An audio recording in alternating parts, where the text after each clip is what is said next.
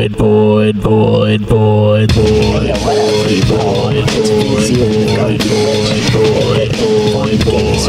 me into the void, doesn't typically avoid feelings that you're paranoid, making you into a joy to bury. We carry all your memories and remix your ancestors, past the future, and the melt in your mouth texture. Cheese and bread, take your head. Drugs and meth, dodge the feds, a virus spreads. You're not safe, so take the pill. Everyone can see you on the hill, so come into the void.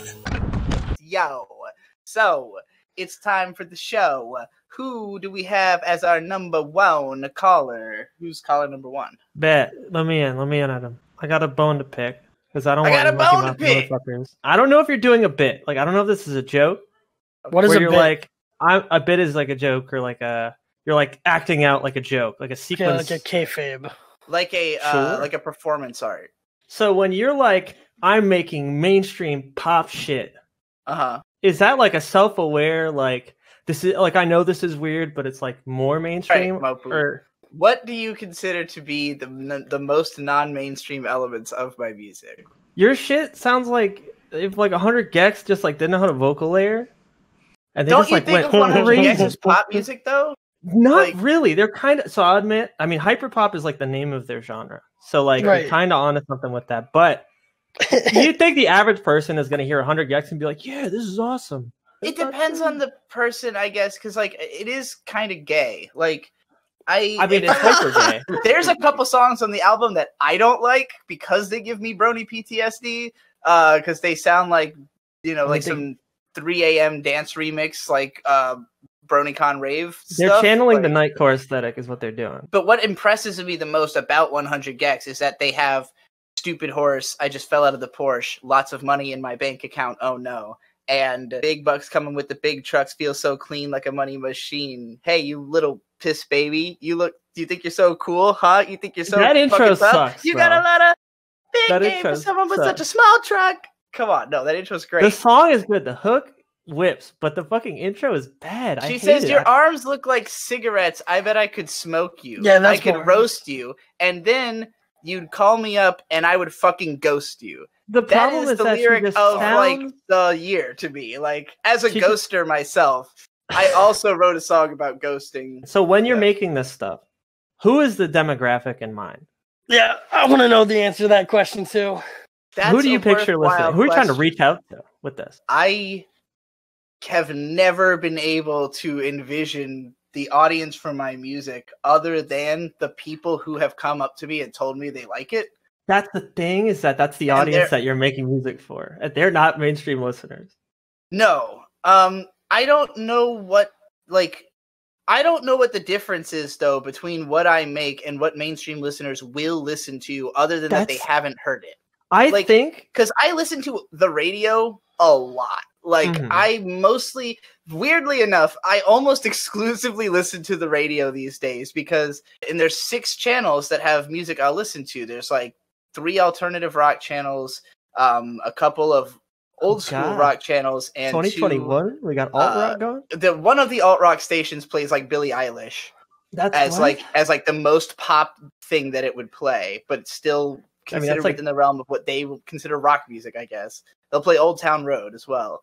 Where's the alt rock there? That's like rap and modern pop. Well, I mean, everything that they play that's old is alt rock. You know, like it goes back through the '90s, so you'll hear Third Eye Blind. So it's just pop music. You know, right? Like all of that is pop. All rock was poppy. Yeah. Anything that's still on the radio after 5. So that's what you mean by pop is radio type music, like music you could hear on the radio. Right, exactly. Because I have the same nitpicky problems with you calling stuff pop. Where I'm like, well, this isn't Billie Eilish, so it's I guess it's that to me. The scale of being heard by anyone at all is like, that is super mainstream to me. Like, because the kind of like if you have one song on the radio ever, you're playing like the biggest concert venue. But you've made poppier shit before, is what I find confounding about. Yeah, like Gay and Dead is pop. Gay and Dead is meant to be all pop songs. Bad and Dangerous is a pop song. Yeah, I agree. But it's a little abrasive, but it's pop. The new stuff you make is a lot weirder. I mean, when Fat and Dangerous came out, everybody complained about the fact that the bass is clipped. Like, but you did that on purpose. Yeah, they're swine. I do. You can ignore those people. I mean, because I'm friends with Shade and we like play games sometimes, and that guy told me that he handed you that beat and then you just like put it in Audacity and just put like a filter to compress it. Yeah, I just straight game the beat. You're just like, yeah, that's a cool beat, but the bass line sounded like something from a Godzilla song. But it was so quiet that it didn't sound like Godzilla. So I just turned it up to Godzilla volume and then screamed over it. It's really uneven. Like I'm missing notes a lot of the time. Sure. I'm singing it differently. And like that is to me more preventative of it being pop. Is like but that it sounds flubbed. You know what I mean? So it is a bit rugged and, you know, thrown together. But what it sounds like is somebody who has an ear for pop music, like threw together a song with the skills they had. And it's like pretty good. There's potential there. But it's like if you had somebody who could like help you polish it, this would be a pop song. Whereas like your new together shit, mean like as in like I am not a pro like mixer and masterer. I don't make music for a living. I'm like making music because I have some knowledge of it and it sounds like fun and I think I could. Okay, yeah, so amateur. Okay. Yeah. In the instance of the new shit, I feel like it's like I almost don't even hear your ear for pop. Like I don't know what you're even taking influence from like in pop when you're like, oh, this is pop. I'm gonna make pop and I'm gonna like use my understanding of it to make a song. Right. I don't even know what your point of reference is. The biggest difference between Gay and Dead and the stuff that you're considering like my current stuff is I'm producing this stuff that I'm putting out right now. Uh-huh. I didn't produce anything on Gay and Dead. I just sang on it. So Shade has a great ear for pop that he created that beat and I had some catchy lyrics for it. Like, you know, but you can write a pop beat is my point. You kind of know how to do it. I don't. What's an example of a pop beat you think I have made? That you've made, I have no idea. Well, okay. So is it more the vocals that you think is not sounding pop on these new songs? I think it's that you don't know how to write your own beats. Okay, that's interesting. That's what it sounds like. Because like, or the fucking the Blackout Curtain song. That's like your best song, in my opinion. That's just an Animal Crossing song. I don't know if this is unconscious, but like, you know, a year or two ago, or whenever you dropped it, probably 2 years ago, I felt like that voice suited what you were doing. It made more sense than like your normal voice. It probably would. I probably should use more songs with that voice. It sounds like I used to only rise when the sun goes down. Then I blacked out all my curtains, and now I'm uncertain where the days begin and end. You're like playing a character, right? So you have like this like total aesthetic and personality to lean into that you don't have to figure out how to perform. So it sounds more solid. It took me, I had to really develop that specific voice for that character based on what I wanted her personality to be. That like, it's going to be like a visual novel, wasn't it? Or something like that? Yeah. The character's name is Rosetta Blackwood. So her name online is Black Rose. And then she makes like video game mashup songs where like she just like adds beats to video game music or slam jams and stuff like that. Kind of like a Triple Q channel. And I was going to see if I could grow a channel like that independently of ever announcing it, which it actually, those videos that are on there have a couple hundred views, and I've never promoted them. So it was working. I just had to keep doing it. I think Goldie's great at making pop music when she's not calling it pop music. I don't know why, but I think whenever you try to make like pop music, you fuck up. I will say that your rap is really poppy. When you asked me if it was a bit, on some level, there's a bit element to it because each of these pop songs that there's 3 songs I've released that I explicitly was like, this is me making a pop song. Uh-huh. The first of these was The Good Girl, which is a parody of, like, I've wanted for a long time to make a song called Good Girl in reference to Billie Eilish's Bad Guy, because I think it's funny for a trans girl to be the good girl to Billie Eilish's Bad Guy. I had that idea locked for, like, I have to use this for a mega pop song. Well, all the pop songs that I've been hearing lately out of, like, or all of my favorite pop songs, such as, like, Black Parade by Beyonce, use a chord progression very similar to that of the song In Loving Memory by Chester Lockhart. So because of that, I just took a segment of the song In Loving Memory by Chester Lockhart, looped it, and sang over it, and was like, pop song, because this is the sound that pop songs sound like, and then I fucked with it at parts to make it sound glitchy and cool. But then it's not pop. It's glitchy. That's what I'm saying. I felt like when you tweeted, but that's like the solo, you know. It's not like pop doesn't have a glitchy cool solo. it can, but rock music does. And I consider like rock to be pop music. Like I just think about like Linkin Park like Hybrid Theory was the album I grew up listening to the most. Sure. And that's that's a like poppy ass album. It's the 15th highest selling album of all time. Like that's a pop album up and down in my mind. But like it's a rock and a rap album too. Well, is like everything popular now the genre of pop? Because anything can get popular. I don't know. Not really. I don't know what really qualifies the genre of pop. Like, I don't know. Like the success of Linkin Park can't be considered in the genre. Okay. I think they make pop rock, so it's not. I think most people would agree. Probably, it's somewhat pop. It's got like a little rapper comes on, they sing. I feel the light betray. Right. I think the rapper singing part makes it like, further away. I mean, the idea of it is that it's like boogie pop. It's like supposed to be alternative pop. Sure. But it's like the most popular. Look, if it's rap, then I don't consider it pop. If it's rock, then I don't consider it pop. Like there is a genre of pop though, but it's like that's Lady Gaga and Katy Perry. That's the genre. Melanie Martinez. I mean, like there Lady Gaga's art pop album is a huge influence on me as well. Okay, and that is like as long as your influences for pop aren't just Third Eye Blind, like that's not a band I listen to. That was Papa Roach. Third Eye Blind. Cut my life into pieces. Right, that's not very poppy. That's poppy. What?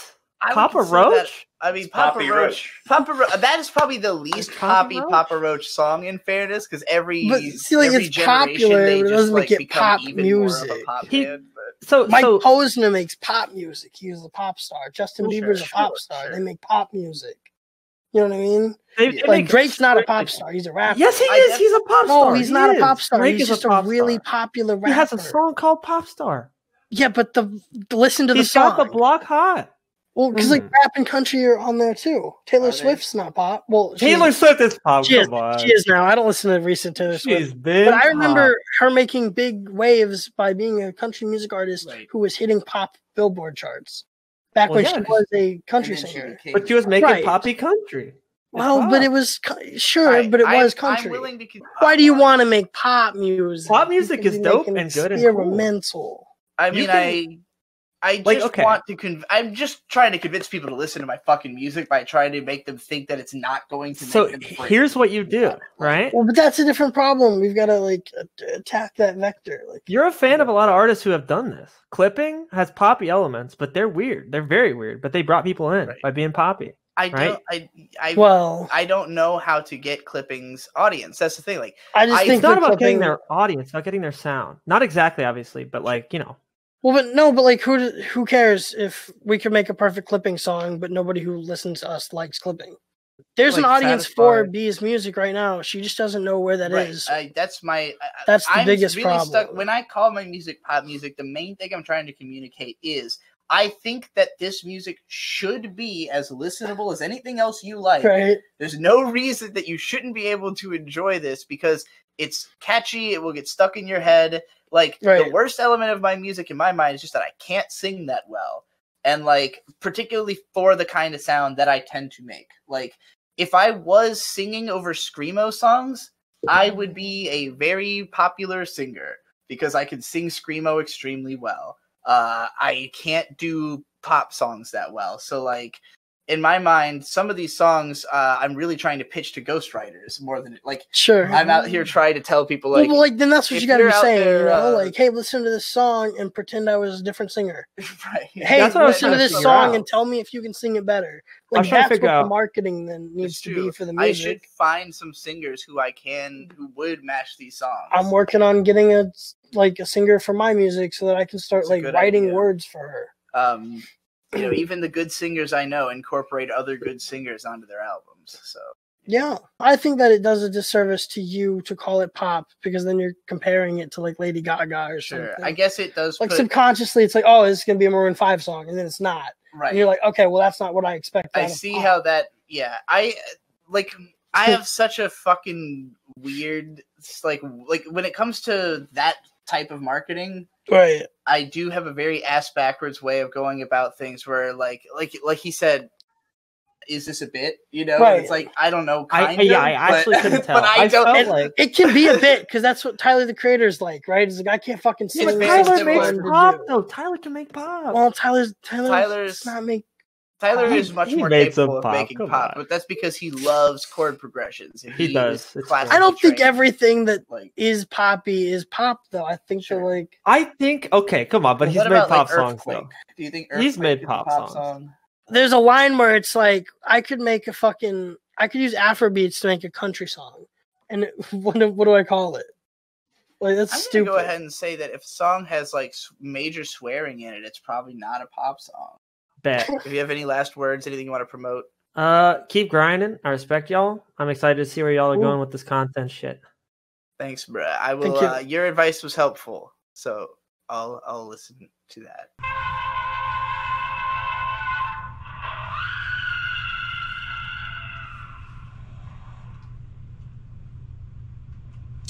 That was a cool ragdoll in episode 2 of The Lone Ranger. I'm watching The Lone Ranger right now. I was writing a little script, kind of a teleplay format-wise, the other day because I want to make my own short films. Something that I feel like people don't talk about enough is writing to a budget, writing to like the availability of actors, setting, and whatever else you would need to account for. The weather. I can't write a short film about a snowstorm if I can't go outside and film snow. For a long time in Hollywood, everybody had Western sets, and lots of Westerns were being made, so it became cheap and easy and formulaic to make Westerns. It also became a product that was known would hit with people, so you could make and sell them. I think right now superheroes have entered that in the last 10 years, that sphere that Westerns took up and that sci-fi or space shows took up between the two. What I was writing quickly went from being maybe set in the West to being a conversation set in the modern day. I went with the 70s or 80s, but it has to be shot in a park near me in real life. Ultimately, I've decided to scrap the project because I don't want to shoot it in a park. And the original idea was changed too much in the adaptation process.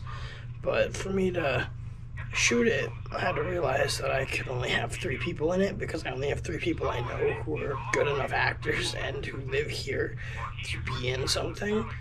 And I had to change around the setting. Like I said, I had to change it to a park because the park was somewhere I realistically could shoot this conversation that built up the main part of the miniseries. Westerns, you only have to shoot outside in the desert.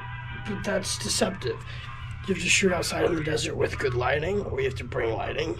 You have to make sure that the weather's not too hot or too cold for your actors or your equipment. And then you have to make sure that you can film the stuff that you've written. Some people can't jump off horses, some people can't shoot blanks on a horse and not get thrown off a horse. The images I had in my mind, I cannot recreate. It's not so simple as point camera at angle and have person do thing. It's like, no, actually, cameras don't work that way.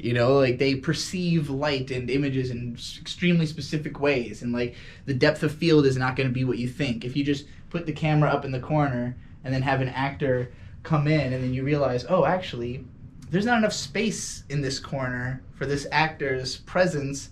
This would have to be about 6 more feet back on a crane to get this shot, and then you realize that, like you said, movie making is impossible. It really is, you have to even down to structuring your shots, you have to write the script around shots you can get. Don't assume that you can get an above shot, because when it comes time to filming, the director is going to have to figure out what to do, and whatever they're going to have to figure out probably is going to look like shit. And that's why stuff ends up looking like shit in movies, is because they realize they can't do the script to the level they're supposed to be able to. It's a shame. And that's why my brother went to film school, and he learned how to do it all correctly. But he also won't... Victor's mentality, the reason he won't usually work with me is that I want to just, pull him aside and have him shoot whatever. And he's like... I'm not going to shoot an idea that you don't understand. You can't make the things you think you can make with just me and just the lights we have. So no, I won't. He wants to have a crew who knows what they're doing going into a project. which is fair. But yeah, that is definitely the hardest part of shooting a short script. Right. You're right. It's impossible to film it.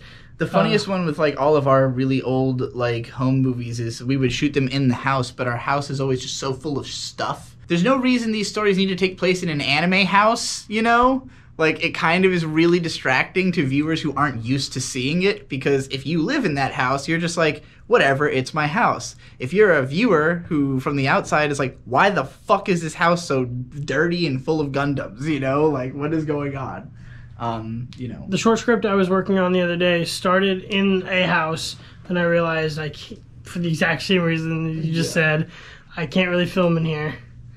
I was going to use the other room back there, and then I just moved it to outside the middle of nowhere, and I was like, oh, that's not here. Right. There's not a middle of the nowhere here. I'm from northern Nevada where there could be one. There's not one here in Virginia Beach, really. No. So I can't do cowboyism outside in the dirt. So I was like, okay, it's 7 people. I was like, it's people in like the 40s in a park. And then I was like, well, the park here doesn't look like that. The cars are newer. Forest. I could get you some forest. Could find forest. That's true. Yeah. But it's just like the cars here are newer than the timepiece, and I got to change that to like 70s, 90s, whatever it is outside in front of the park. Whatever the car happens to be that day, I guess that's when this takes place. Right. So then it's like the whole thing just gets so fucked up, and that you have to change all these different details, and then you're just not even writing the idea you had in the first place. So right. I think you really just gotta like pick a location first. Like scope it out and then be like, what can this I is my write reservoir for this garage place? Yeah, like this is where we're doing the bank heist movie. Just this garage, right? Fucking type shit. What's your name, man? I forget. I don't know your name. Bird or Ari? Bird or Ari? All right. Yep. Bardavari. Bird or Ari, that's my name. Yeah, you're the guy with the long hair in that corner in the middle of pretty freaking long. I have pretty long hair. He's in a different corner this time. I'll be honest, I haven't kept up with your content that much, so I apologize. You should listen to my album. Bird's got a fucking incredible album, and also he's my boyfriend and personal cook, and driver. And well, he's like a butler. I feel like I drive just as much as Ari. That's your fault. I have the compulsion to ask more about your relationship, but that probably would not end well. That sounds hilarious. Are you? What was your name again, dude? I'm sorry. Bird. It's Bird, like the animal. Bird. Bird. Are you bi? I'm sorry. That's a weird. No, that's okay. Okay. I'm not going to dig that further. I feel like that'd be kind of. Well, no. Dig further. What's further to dig, though? I mean, like he's just straight. All right. You know what I mean? I'm not. He's dating a girl. All right. Yeah. I guess. I think I can sense the question you want to ask. Yeah, I'm trying. I mean, ask the question. I guess I had to listen to you talk about video game YouTubers. Fuck it. You know what? I feel okay. I feel the. God damn it! I don't. Let's go. We're recording this. I feel. Let's go. Yeah, it's not gonna be all right. Less recorded. All right, saying it. Oh god. So, Senpai, other people in the chat are like, please do it. We all want you. So you know what? Fuck it. I'm gonna say my thing. The situation I'm imagining of a straight dude. Did you sex or no? Yes, we have sex. Yes, that. Just to clarify that. Yes. Okay. If that's okay. This would be asking you that's about. That's like a baby mode version of the question I was in. I'll be honest. This would what I want to ask involves asking if you post-op or pre-op, and I think that's a way too personal and inappropriate question. Well, it just doesn't have anything to do with the sexuality part. Well, okay. You're all complicating this. So I'm on hormones. I've only been on them for like 5 weeks, 6 weeks. So I have to be on hormones for like 2 years before I can have the operation done. So like I'm not even close to being post-op. But you know, I don't know what that has to do with whether Bird's straight. Fuck it. I want to know what his question is. Yeah.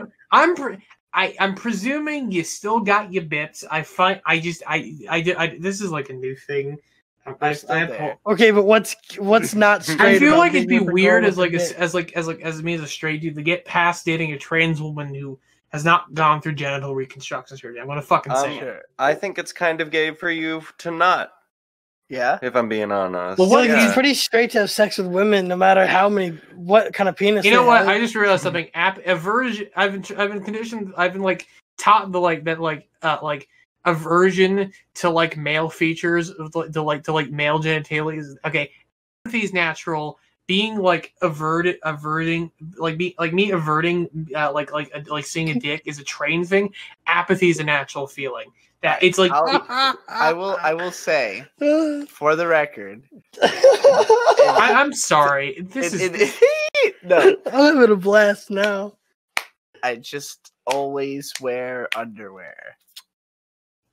Okay. So that should answer all questions, right? Yeah. I just always wear underwear. All right. You know what? Sorry. All right. Okay. So, yeah. If I can back up a bit, yeah. Look. One of my heroes, Onision, once said, if my husband had a cock, I'd suck it. I thought that was inspirational. You know what? That was loving. Sexual preference is actually just a weird fit or weird.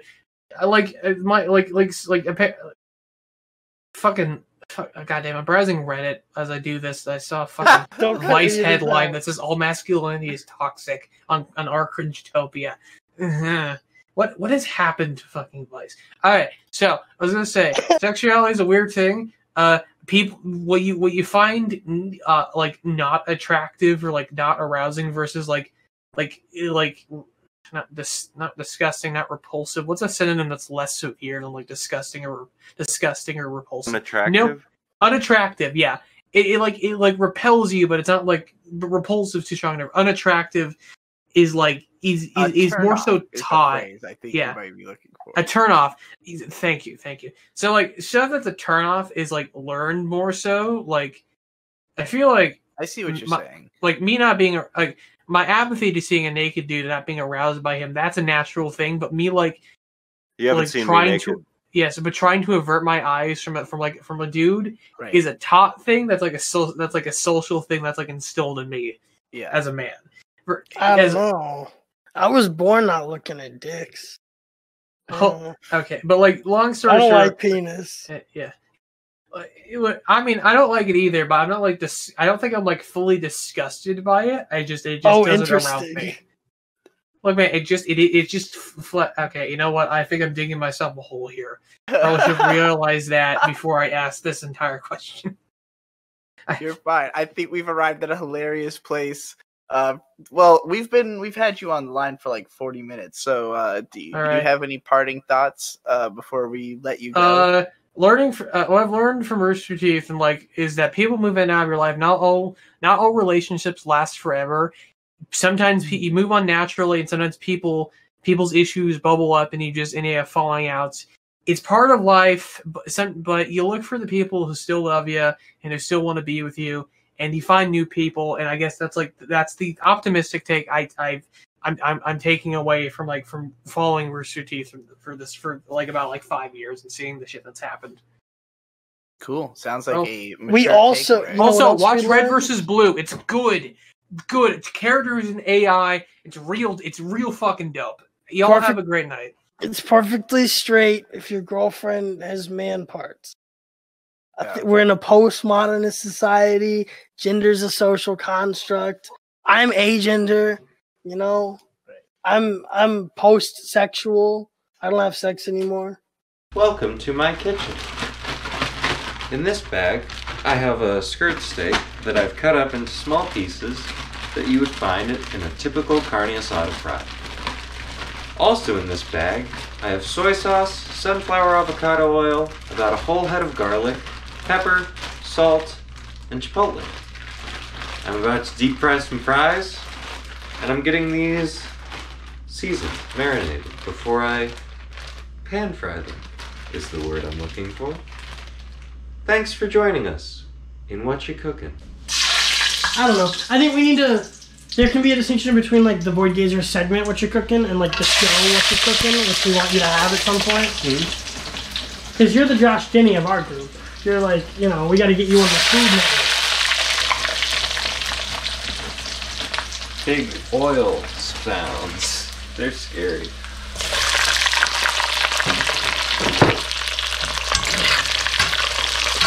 Set your pan to medium-high heat for your meat. You always want your meat to be warm. You don't want any cold meat. What do you want on your fries? Carne asada. Okay. No, you know, pretend it's Roberto's. That's what I told Mint. Okay. I just want carne asada fries because I can't have them anymore. We moved away from where they sell my carne asada fry burritos, and now I'm fucking like, wow, everything is sucking bad. And I got, finally, a carne asada fry place I like here, but they won't put it in a burrito big enough to fucking like give me the full serving of carne asada fries like Roberto's used to. You know what I mean? Like, they give you a smaller portion in the burrito, even though it's fucking the same goddamn price. It's bullshit. Fuck you. Get bigger tortillas, you idiot. Call them out. What's their name? I don't fucking remember. Because I don't give bad reviews. I just fucking forget where I got the food at and don't buy food locally anymore because they don't have the food I want. Now I just buy ingredients for Bird to cook for me. You should all look into getting your own driver to cook. Being a chef is easy. I found out we had more oil, so I can cover these for real. At least slightly more. Cool. Can you start a grease fire? I could, I don't want to. They're scary, man. What? I don't know. The fire's out. The gas is out, but the fire's still going. That one you can pour water on, right? It's not. I would hope. I would just blow really hard on it. That should go out shortly. I'm sorry, baby.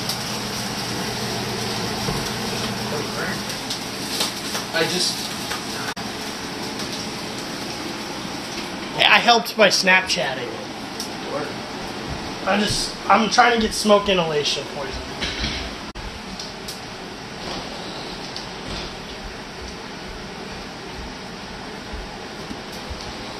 Good job, Bird.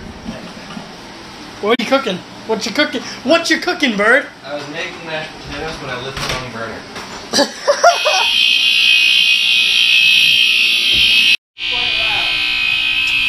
Alright, Bird was making mashed potatoes and lit the wrong burner. So now we have smoke and fire alarm. It's really funny. Thought I'd film this part. Put that away. Put that away. So I was trying to make mashed potatoes. I lit the wrong burner. There was some oil left over in the pan. It's set on fire. The wood cover caught on fire. The fire alarm, which in Virginia sounds like went off, which I was not used to. I've never heard a fire alarm like this before. That's just B's firehouse. Yeah. I don't think it's in Virginia. I did that, what, probably the first month we were here? What? I set a grease fire like the first month we were here. So today we're making carne asada fries. For the flank steak, I made a marinade using sunflower avocado oil, chipotle, like powdered chipotle, pepper, salt, a tiny bit of MSG, a very small amount of soy sauce, and garlic, a lot of garlic. Garlic's good. You should use garlic in everything you cook. We're also frying some fries, and for that, we're using oil and fries. It'll taste great. It's gonna taste great? Yeah, I just smell it. Thank you, Bird. Be sure to make a lot. I'm making as much as I can. Oh, is this all the meat? Yeah. Mint Salad may be slacking on the meat. Mint Salad do be slacking on the meat. She just be getting meat, but not enough meat. It was just one. There's one meat. One meat. We need more meat units in the future. Good to know. Thank you for your service.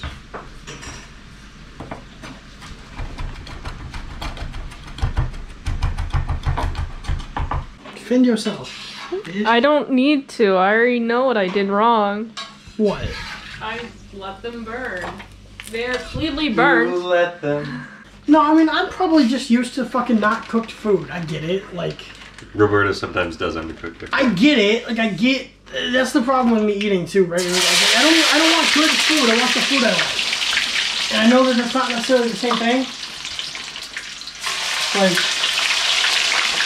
the best version of this meal probably has way more cheese than it needs, and lots of sour cream on top. And I know that. Do we have sour cream? Yeah, I got everything. No, maybe I didn't. You have to do the sour cream stuff. I'm not touching that. Probably didn't get sour cream. I have this queso that you wanted me to get. It's not for this. That's for chips. Oh, Josh Weissman is making queso, so I'll have a queso recipe soon. Oh, perfect. A little bit of anime analysis for you here on VOIDGAZERS. Ever since coming out as trans, I've been reflecting on all the stuff that I used to be obsessed with when I was growing up. The earliest things I remember being a fan of were all Inhuman characters. Stuff like Barney the Dinosaur, Winnie the Pooh, Power Rangers, and Beast Wars were like the first shows I got into as a kid. Power Rangers are obviously human characters, but they transform into, you know, suits, and they go up and fight in giant robots and everything, which was the most exciting part of the show to me. The Blue Ranger, specifically because he wore glasses, and I wore glasses as a kid. So that was the first time that I was ever, like, projecting onto a human character in a show. And the result of that was that my favorite color became blue. I didn't really make any distinctions between them on the basis of their identities. They were all just, you know, the characters that I like in this show. Billy is the one with glasses, so he's the one who I'm projecting onto. But otherwise, in any of the shows I watched as a kid, I never picked out people like categorically based on any kind of identifiers, because I just don't think that I had any conception of there being a normal way for a person to be, because I only really was exposed to people primarily through TV. When I was in kindergarten, I've mentioned this story before. I sat next to a girl who accosted me that I was a girl. She was just like, "You are a girl." And I was like, "No, I'm not." And she was like, "Yes, you are."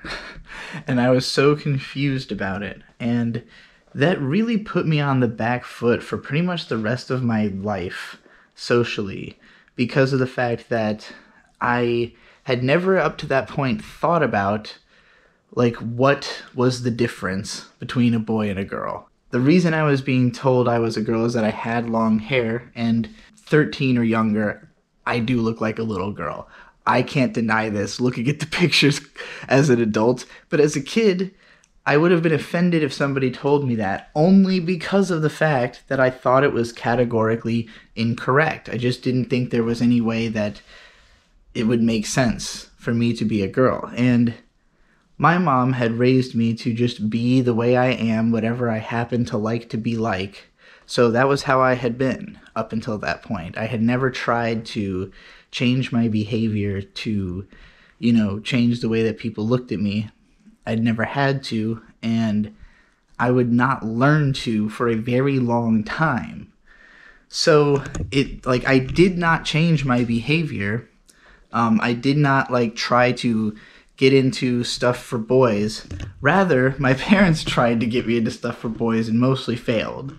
I played baseball I played t-ball in kindergarten and then baseball in 1st and 2nd grade, and just sat in the outfield and picked grass and didn't care. I wasn't interested in sports, which is what my dad, grew up a very sports heavy lifestyle. So his mentality is all right, got a son, we're going to fucking play sports as soon as they're old enough, and it just didn't eventuate like that at all. So, but I kept doing it because I didn't want to admit that I didn't want to do it. I just thought I would let my parents down or something if I gave up for some reason, even though it should have been very obvious I didn't want to do it, but whatever. That's the case for everything I would do throughout my life. Should have been very obvious I didn't want to do it, but I would always insist that I wanted to because I didn't want to let people down, even though they're telling me oh, you won't let us down, but I'm just I don't believe you, So I spent 4 years completely obsessed with Pokemon. The number of non-binary people who gravitate towards Pokemon and trans people is fascinating, and I think a lot of it is that that escape into identity expressions beyond the physical, or like beyond yourself, that like you can express yourself through what Pokemon you have. Be also why like trans people tend to be very drawn to fashion as a means of expression, that like there's a sort of trans to e-girl pipeline on the internet. Oh, I identify as a woman, and now that I look good in women's clothes, I'm going to take pictures of myself constantly. Physically embody expressions that you could only do through more abstract forms before you were, you know, able to connect with yourself, I guess. I think that's how I feel anyway. I got into anime because of the fact that my cousin got into anime. My cousin Boyd, who I was, you know, very close with in my childhood. And we watched Ninja Scroll. He thought it was the coolest thing ever. He got an Anime Invasion magazine. Now, for me, it wasn't that I was so into Ninja Scroll, or that I was even so into the anime that started playing on Adult Swim, like Cowboy Bebop, Yu Yu Hakusho. I was into magazines. When I was a kid, I wanted to make magazines more than anything else. I hand wrote a magazine when I was like 10, based on my obsession with Nintendo Power magazines, Beckett Pokemon Collector, and stuff like that. Which is also why I ended up writing reviews and analytical type content and columnist type content, and, you know, like the stuff I do is kind of like e-zine content if you really look at the root of where I'm getting it from, at least.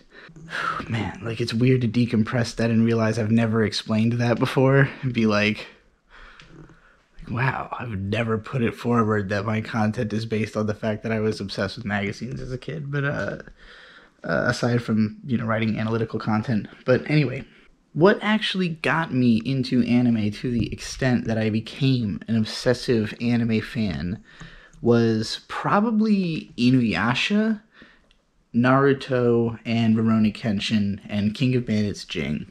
Some miasma of that. Because Inuyasha came out before... Like, it was like the first new show that was added to the Adult Swim cartoon, the anime lineup. And I was immediately in love with it because Inuyasha is a long-haired boy. But his personality is nothing like mine. So I did not relate to him on that level. I related more easily to Kagome, who's just kind of normal and reasonable. Inuyasha is like a brash, hard-headed asshole. So, like... Also, Sesshomaru, easier to look up to because he's like a cool, collected type, but still like a ruthless badass, not really my speed. So I more saw Inuyasha as like a cool character than like one that I could relate to personally. But Rurouni Kenshin, on the other hand, is much more like... He's a guy who gets mistaken for a woman just because of his demeanor and appearance, you know, just being particularly the way he is. Now, granted, in Kenshin's case, this is partially an act because of the fact that he was a ruthless fucking badass as a kid and is trying to, you know, play the role of cool, chilled out person or whatever. I wasn't like a chill kid or anything necessarily, just not hot-headed or anything like that. I mean, Naruto would be a character who actually had a personality more like mine and was my age at the time that manga came out.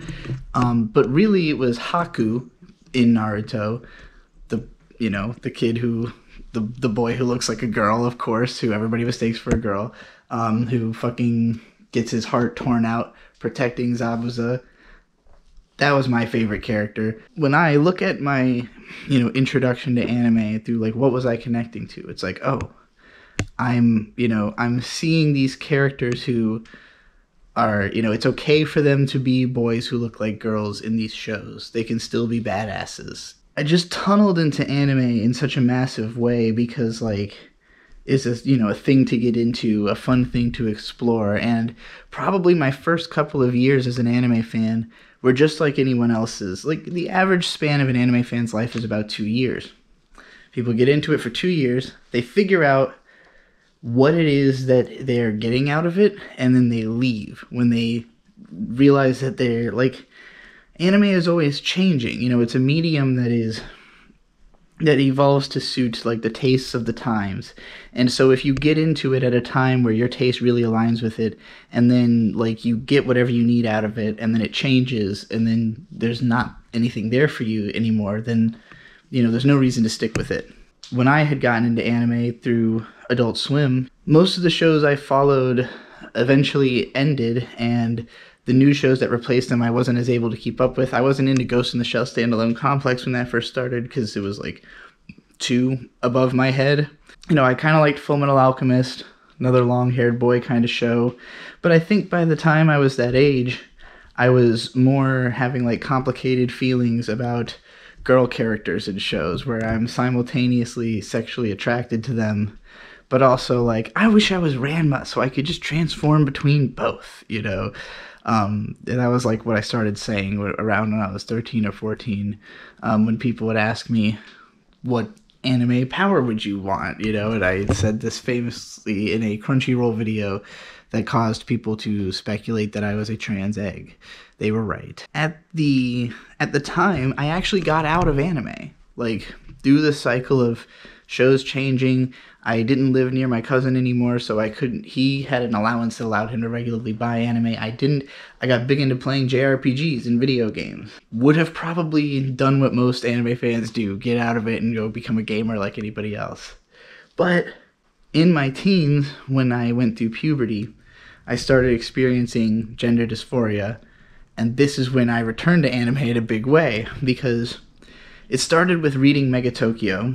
One of the things that drew me to Mega Tokyo in the beginning is that the main character, Piro, is a guy who plays as girl characters in his video games. And he's obsessed with, like, visual novels and really girly type games, you know? So that was an intriguing factor to me.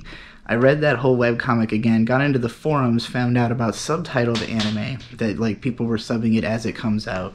The first shows that I saw subtitled as they were coming out were Hidamari Sketch and Manabi Straight, and both of them were being subbed very slowly, so I only saw like the first couple episodes.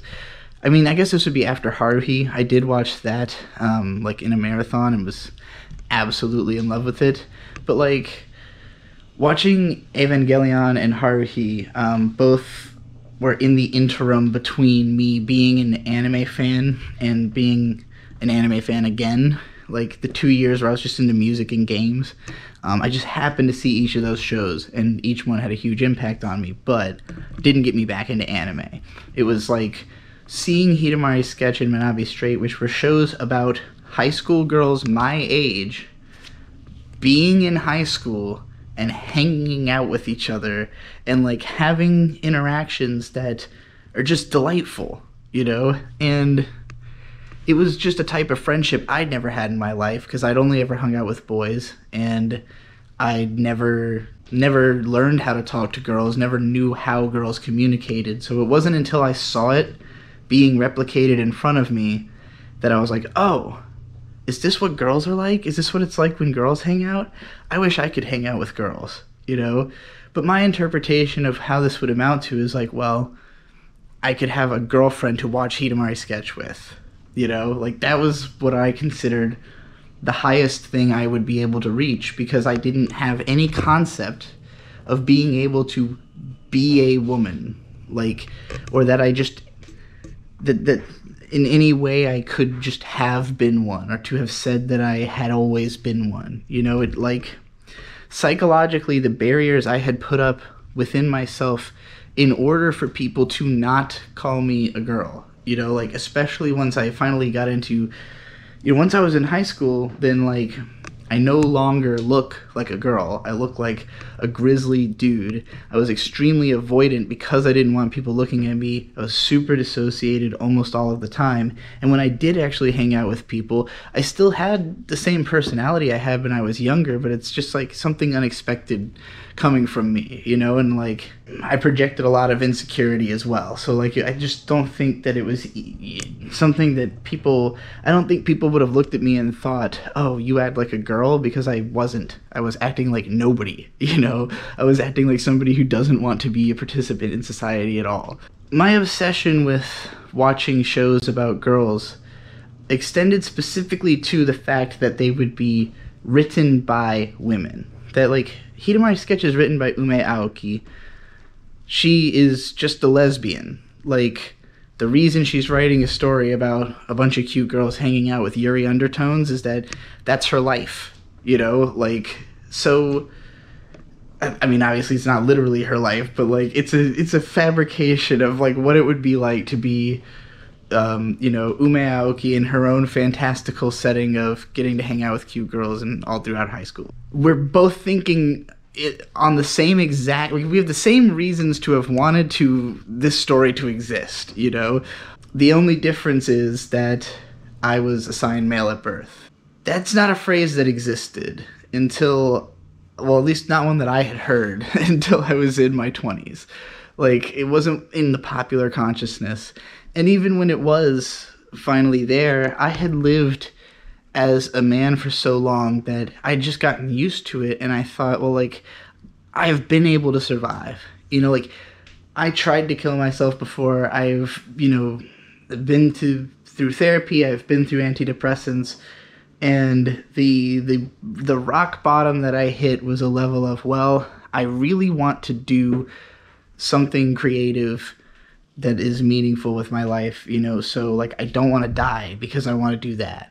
At some point I realized, like, oh, you don't have to live at a low standard. Like, once I became aware of the idea that, like, oh, there is something you can do about this problem of you not wanting your physical self to exist in any way, you know, like, there's a solution to that. It might not be a perfect solution. It's not going to, like, live up to your ultimate imagination of a perfect body and a perfect life and a perfect identity, but at the very least, you'll be happier, closer, living more close to the way that the you know, the media that I consume would indicate that I wanted for myself. And I'm not even talking about Hidamari sketch because that was in high school. You know, I have not rewatched that show in a long time. I think because I got what I needed out of it at the time. I felt exactly the same way Yuno did in the first season.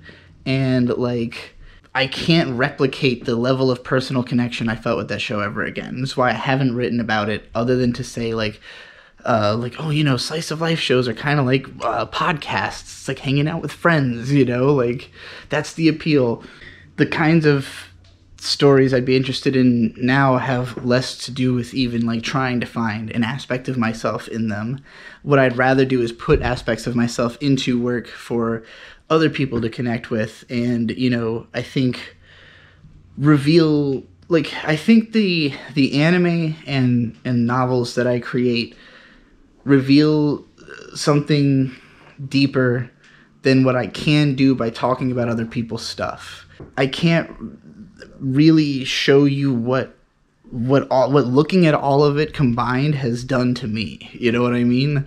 Like, I can show you the patterns that I recognize, and you can hear in my voice that I am a certain way, but it doesn't tell you what that certain way is, if that makes sense. In a way that, like, Kusamega, to some degree, like, Kusamega is kind of a narrow lens on just focusing on me as a creator specifically of fiction. It is about my journey as a fiction writer, filled in with all kinds of stuff that I'm interested in to give it color and detail. The thematic core of it is the death and rebirth of myself as a author.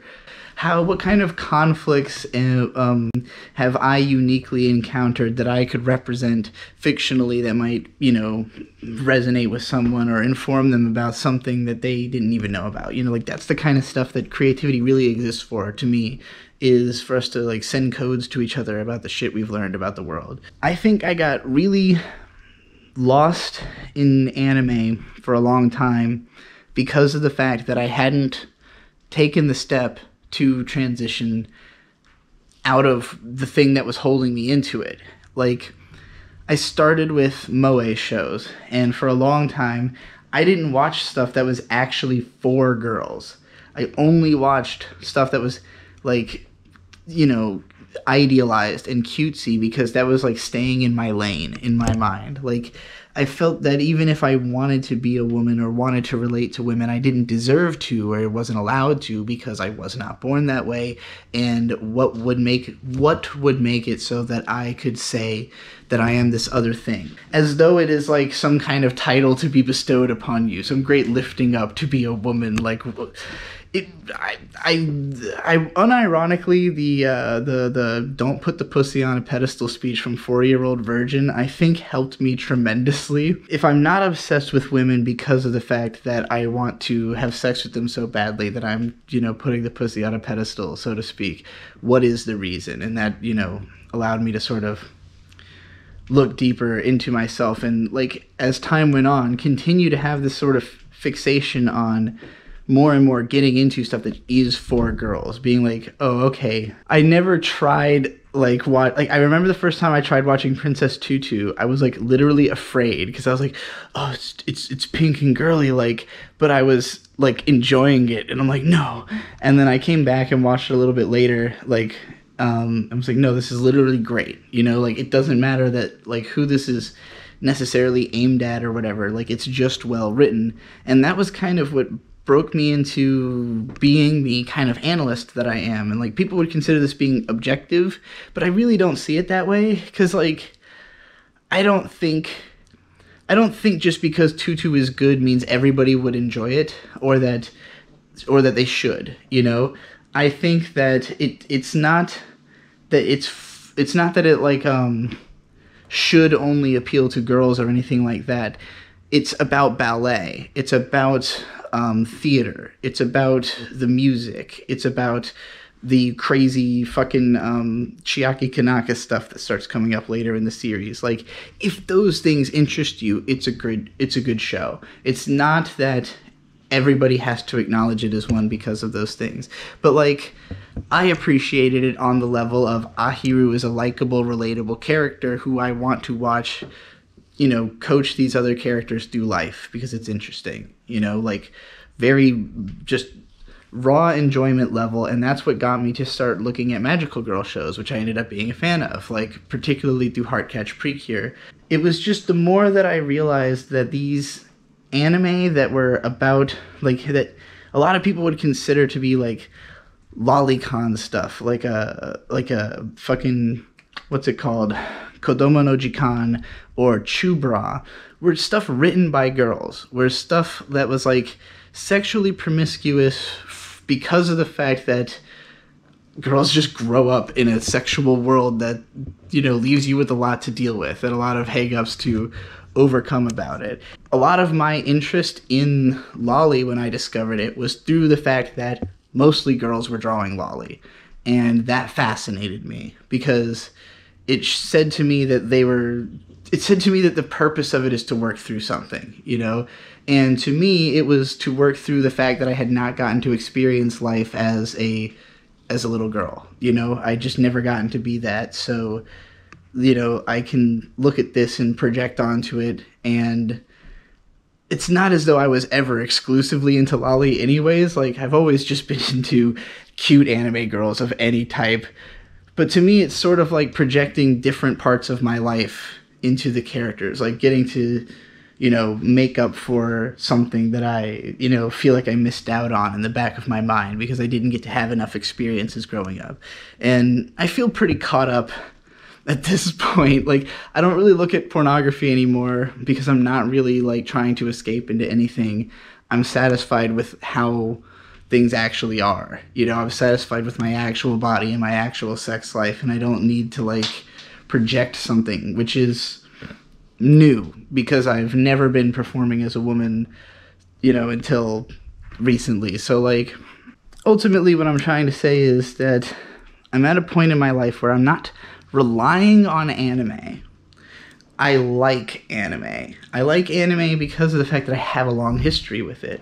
It's really not much more complicated than that. Like, I don't feel the need to justify anime as like a categorical, like, oh, this has to exist.